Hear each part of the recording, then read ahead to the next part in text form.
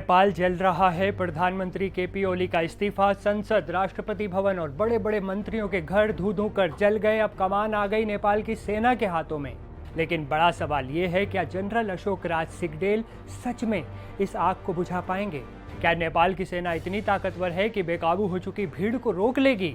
नेपाल के army chief Ashok Raj Sigdel ने जेन जी नेताओं को बातचीत का ऑफर दिया। ऐसे में आइए जानते हैं कि नेपाल की सेना कितनी ताकतवर है। क्या यह सेना वाकई विरोध की आग को शांत करवा पाएगी और युद्ध में इसका क्या इतिहास रहा है? चलिए सारे सवालों के जवाब जानते हैं मेरे साथ। नमस्ते, मैं हूं वसीम और आप देख रहे हैं एनडीटीवी इंडिया। नेपाल के जनरल अशोक राज सिगडेल के हाथों में फिलहाल देश की सुरक्षा की जिम्मेदारी आ गई है। ऐसे में नेपाल की सेना को लेकर लोग तमाम तरह की जानकारी हासिल करना चाहते हैं। गूगल पर सर्च हो रहे हैं लगातार। कुछ लोगों को इस बात में भी दिलचस्पी है कि नेपाल की सेना कितनी ताकतवर है और किसी भी हालत से निपटने में कितनी कारगर साबित हो सकती है। नेपाल में आज से कुछ साल पहले लोकतंत्र नहीं था। यहाँ राजशाही चलती थी और राजा का पद हुआ करता था।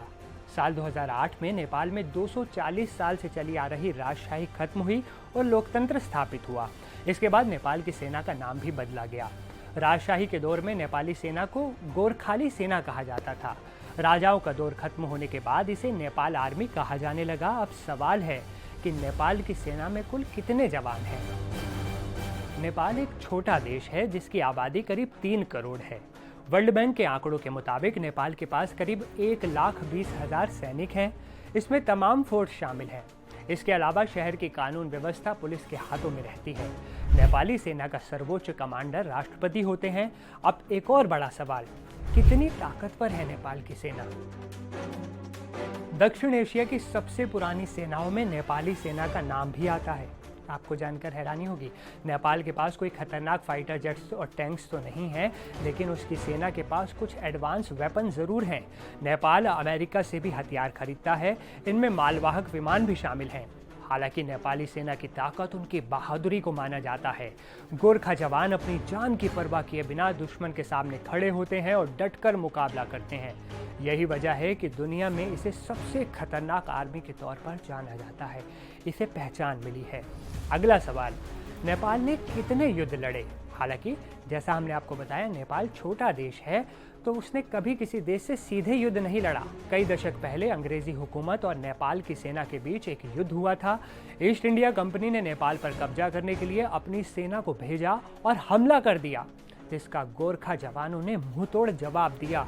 वो जी जान से भिड़ गए। हालांकि नेपाल का काफ़ी हिस्सा अंग्रेज़ों के कब्जे में चला ही गया, लेकिन ब्रिटिश सेना ने नेपाल के जवानों की हिम्मत की दाद दी और उनकी बहादुरी को खूब सराहा। ब्रिटिश सेना ने बाद में गोरखा रेजिमेंट की शुरुआत की और अपने कई युद्धों में इसका इस्तेमाल भी किया। गोरखा सैनिकों ने पहले और दूसरे विश्व युद्ध में लड़ाई लड़ी और अंग्रेज़ों की बड़ी तादाद में मदद की। इसके अलावा यूएनओ ने भी गोरखा सैनिकों का इस्तेमाल कई जगहों पर किया। गोरखा जवानों की बहादुरी का ही नतीजा है कि ब्रिटिश और इंडियन आर्मी में आज भी गोरखा रेजिमेंट है। तो ये थी नेपाल की सेना के इतिहास से लेकर वर्तमान तक की पूरी कहानी। अब देखना ये होगा कि विश्व युद्ध तक में अपना दम दिखाने वाली नेपाल की सेना अब अपने ही घर में भड़के इस बवाल को कैसे और कितने दिन में शांत कर पाती है। आपको क्या लगता है? नेपाल की आर्मी से जुड़ी ये खबर आपको कैसी लगी? नीचे कमेंट में बताएं। और नेपाल में चल रहे बवाल पर आपकी क्या राय है, इसके बारे में भी कमेंट करें। मिलते हैं अगले वीडियो में। नमस्कार।